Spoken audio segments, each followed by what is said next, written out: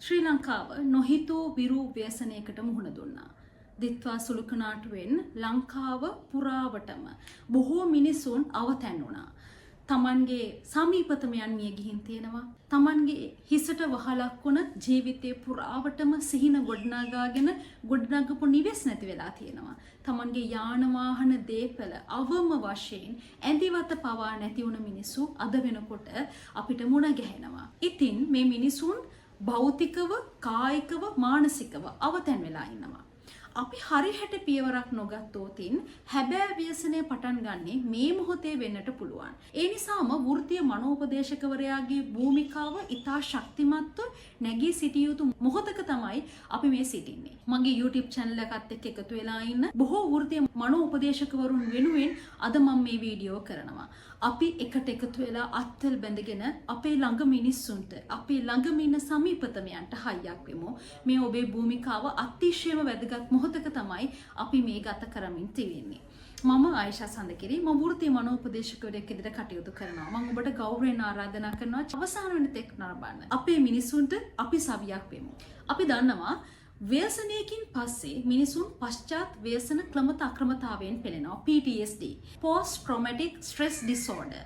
මේ තත්ත්වය නිසා බොහෝ මිනිසුන්ට තමන් ගත කරන ජීවිතයේ සුවපත්ව යහපත්ව ගත කරන්නට නොහැකි වෙනවා. අනෙක් අතට උග්‍ර විෂාදයෙන් මිනිසුන් පෙළෙන්නට පටන් ගන්නවා. මේ තත්ත්වය තවදුරටත් පැවතීම තුළින් උග්‍ර මානසික රෝග වලට පවා මිනිසුන් ගොදුරු වෙන්න පුළුවන්. ඉතින් වෘත්තීය මනෝපදේශකවරයෙක් විදිහට ඔබට කළ හැකි දේ කුමක්ද? පළවෙනිම දේ තමයි psychological first aid, මනෝවිද්‍යාත්මක ප්‍රථමාධාර. අපි ව්‍යසනයකට පස්සේ, අනතුරකට පස්සේ අපි හැකි මට්ටමින් අපේ දැනුවත් ප්‍රමාණයෙන් ප්‍රථමාධාර ලබා දෙනවා. ඒ විදිහට අපි මානසික ප්‍රථමාධාර ලබා දෙන්නට ඕනේ. මම මානසික ප්‍රථමාධාර පිළිබඳව මීට පෙර වීඩියෝවක් කරලා තියෙනවා. ඒකේ ලින්ක් එකත් මම මෙතනින් එකතු කරන්නම්. ඔබට මේ වීඩියෝවත් බලන්නට පුළුවන්. මේකදී සිදු විය යුත්තේ මේ පුද්ගලයාට ආරක්ෂාව තහවුරු කරන එක. ඔයාට තවදුරටත් ගැටලුවක් නැහැ, අනතුරක් නැහැ කියන සිතුවිල්ල ඔහු තුල ඇති කරන එක. ඒ වගේම තමයි ඔහුගේ ප්‍රාථමික අවශ්‍යතා ඉෂ්ට කරන එක. ඇඟට වස්ත්‍රයක්, කුසට ආහාර, හිසට සෙවණක් ලබා දෙන එක. ඒ වගේම ආරක්ෂිත බවක් අත්විඳින්නට සහාය දෙන එක. දෙවැනි කාරණාව තමයි ආරක්ෂාව සහ තොරතුරු ලබා දීම අතිශය වැදගත්. මොකක්ද උනේ, මේක කොහොමද උනේ කියන තොරතුරු ඔහු වෙත ලබා දෙන්නට ඕනේ. ඒ වගේම තමයි අතිශය සංවේදී තොරතුරු බොහොම පරිස්සමෙන් ඔහු වෙත ලබා දෙන්නට ඕනේ. පවුලේ සමීපතමියෙක්ගේ ගැන තොරතුරක් නැහැ. ඔහු මිය ගිහි නම් ඒ තොරතුර ඉතා ඉක්මනට ඍජුව ප්‍රකාශ කරන එකෙන් මේ පුද්ගලයා ගොඩක් බිඳ වැටෙන්න පුළුවන්. ඒක බොහොම අර පරිස්සමෙන් පුද්ගලයා වෙත ලබා දීම අතිශයම වැදගත් වෙනවා. ඒ වගේම ඔහුගේ හැඟීම් සමනය කර ගැනීමට සහාය දීම අතිශය වැදගත්. මේ වෙන විට කඳවුරුගතව ඉන්න බොහෝ දෙනෙක් පෙළෙන සමාන මානසික තත්ත්වයක් තියෙනවා. ඒ තමයි වරදකාරී හැඟීම. මගේ ගෙදර මිනිස්සු ටික මට බේර ගන්න තිබුණා. මට මගේ ගෙදර බේර ගන්න තිබුණා. මම තව ටිකක් වෙන විදිහකට කටයුතු කළා නම්, වෙනස් ආකාරයකින් කටයුතු කළා නම් මේ ඉරණමට ගොදුරු වෙන්නේ නැහැ. මේකේ වැරැද්ද මගේ. මේ විදිහට ස්වයං වරදකාරීත්වයෙන් බොහෝ මිනිස්සු පෙළෙනවා. මේ තත්වයෙන් ඒ පුද්ගලයා එළියට ගෙන ඒම අතිශය වැදගත්. මේක ඔබේ ගැටලුවක් නෙමෙයි. ඔයගේ අවස්ථාවකදී මං වුණත් ඔය විදිහට හැසිරෙන්න පුළුවන්. අතිශය කලබලකාරී අවස්ථාවකදී ඔය විදිහට හැසිරීම සාමාන්‍යයි. මේක හරිම සාමාන්‍ය තත්වයක් සහ ඔබ තුල වැරැද්දක් නොමැති බව ඒ පුද්ගලයාට තහවුරු කරන එක අතිශයම වැදගත්. එසේ නැමැති වුණොත් ස්වයං වරදකාරී හැඟීමෙන් දිගින් දිගටම මේ පුද්ගලයා පීඩාවට පත් වෙනවා. අනෙක් අතට කඳවුරුගත පුද්ගලයන් බොහෝ වියෝදුකින් පෙළෙනවා.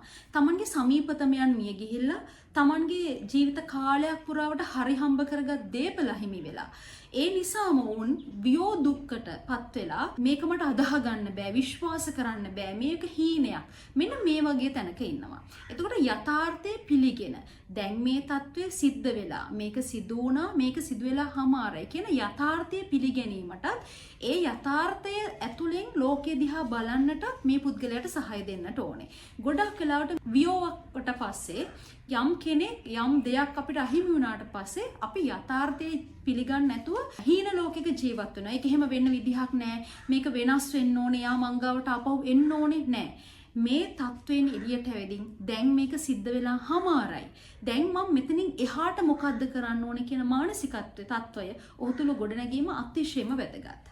ඒ වගේම තමා මේ වෙලාවේ අවධානයට ලක් කළ යුතු කොට්ටාශයක් තමයි අපේ දරුවන්. දරුවන්ට මේ தত্ত্বය දැනෙන්නේ දෙමව්පියන්ට වඩා වෙනස් විදිහකට. ඕන් දැඩි පීඩාවෙන් පෙළෙනවා වෙන්න පුළුවන්. ඕන්ට මේක අවබෝධ කරගන්න බැරි වෙනවා වෙන්න පුළුවන්. ඒ නිසා මේ කලබලකාරී ව්‍යසනකාරී මානසික තත්වය ඔවුන්ගේ හිතේ සාමය ඒ වගේම තමයි ඔවුන්ගේ සැනසෙල්ල අහිමි කරලා තියනවා වෙන්න පුළුවනි. ඒ නිසා දරුවන්ව සමනය කිරීම මේ වෙලාවේ අතිශයම වැදගත්.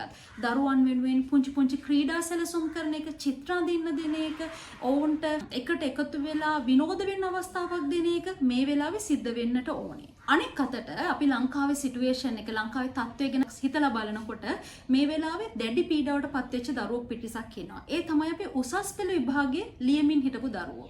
ඔවුන් උසස් පෙළ විභාගයේ කොටසක් ලියලා කොටසක් ලියා ගන්නට නොහැකි වෙලා තියෙනවා.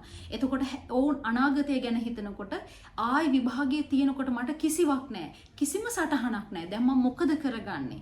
මගේ හීන ඔක්කොම ඉවරයි. මගේ ජීවිතේ මෙතනින් ඉවරයි. මෙන්න මේ වගේ තත්ත්වයක අපේ උසස් පෙළ දරුවෝ ඉන්නවා වෙන්න පුළුවන්. ඒ දරුවෝ ගැන විශේෂ අවධානයකට ලක් කිරීමයි. ඔවුන්ගේ අනාගතය පිළිබඳව සැලසුම් ගොඩනගන්නට, අනාගතය පිළිබඳව සුබවාදීව දකින්නට ඔවුන්ට සහාය දෙන්නට ඕනේ. අනෙක් අතට අපි තවදුරටත් අවධානය ලක් කරන්නට ඕනේ ගර්භණී මාතාවන් කෙරෙහි. ඒ වගේම ඉතා කුඩා බිනිඳු දරුවන් සහිත අම්මාවරුන් කෙරෙහි අවධානය යොමු කරන්නට ඕනේ. අනෙක් අතට විශේෂ අවධානයක් ලක් කළ යුතු කොට්ටාශයක් තමයි බෝ නොවන රෝගවලින් පෙළෙන දීර්ඝකාලීන ඖෂධ ලබා ගන්න අය.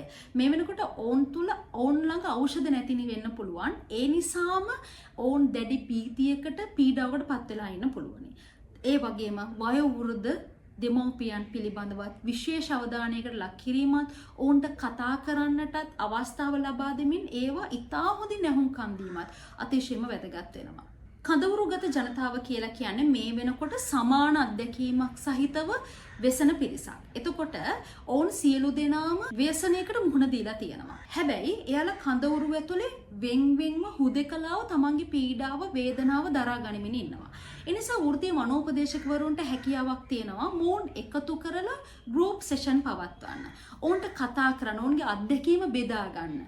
ඒ අත්දැකීමට තමන් මුහුණ දුන්නේ කොහොමද කියන කතාව කතා කරන්න. එතකොට ඔවුන්ට දැනෙන්න ගන්නවා මේක සමාන අත්දැකීමක්, මට විතරක් වෙච්ච දෙයක් නෙමෙයි, මං ඇතුලේ පරදකාරීත්වයක් නැහැ. මොකද මං වගේම තමයි අනිත් අයත් හැසිරීලා තියෙන්නේ. ඊට පස්සේ අපි කමියුනිටි එකක් විදියට අපි කොහොමද ඊළඟ පියවර ගන්න, අපි කොහොමද නැගිටින්නේ? මම තනියෙන් හුදෙකලාව දරාගෙන ඉන්නවට වඩා අපි කියන සංකල්පය ඇතුළට ආපුවම මිනිස්සුන්ට හැකියාවක් තියෙනවා ඉදිරියට යන්න. අපි ඊළඟට මොකද කරන්නේ කියන තැනට සාකච්ඡාවක් ගොඩනංවන්න එක අතිශය වැදගත්. හැබැයි මේක මේ වෙලාවේ අවතැන් කඳුරු වල සිද්ධ වෙයි කියලා අපිට හිතන්න බෑ. ඉතින් වෘත්තීය මනෝපදේශකවරුන්ට වගකීමක් තියෙනවා. මැදිහත් කරුවෙකුගේ භූමිකාව ඇතුලේ ඉඳලා ඔවුන්ට කතා කරන්න පහසුව සලසලා දෙන එක. ඒක ඇතුලෙන් ඔවුන්ම ගොඩනැගෙන්නට පටන් ගනීවි. ඉතින් දිත්වා කියලා කියන්නේ ලංකාව හිතපු නැති ව්‍යසනයක්. බලාපොරොත්තු නොවුණු දෙයක්. මෑත ඉතිහාසයේ ඇතුලේ මේ වගේ ව්‍යසනයකට මිනිසුන් පත් වෙලා නැහැ. ඒ වගේම ව්‍යසනයෙන් උන හානිය ඉතා විශාලයි. මෙතනින් අපිට ගොඩනැගෙන්න විශාල කාලයක් යාවි. මගේ සමීපත මිතුරියක් කියනවා කොච්චර account එකේ සල්ලි තිබුණත් වැඩක් නැහැ. ගන්න ATM machine එකක් නැහැ. මොකද ATM machine උඩින් වතුර ගිහිල්ලා. ATM machine වලින් සල්ලි කොහොම හරි ගත්තත්, කොහොම හරි සල්ලි එකතු කරගත්තත් බඩු ගන්න කඩයක් නැහැ. මේ වගේ අතිශය සංකීර්ණ පීඩා සහිත තත්වයක තමයි ලංකාවේ බහුතරයක් මිනිස්සු මේ වෙනකොට අත්විඳිමින් පීඩා විඳිමින් ඉන්නේ. ඒ නිසා ලොකු කාල සීමාවක් වනතුරු අපිට අපේ ළඟම ඉන්න මිනිසුන්ට හයියක් වෙන්න සිදු වේවි.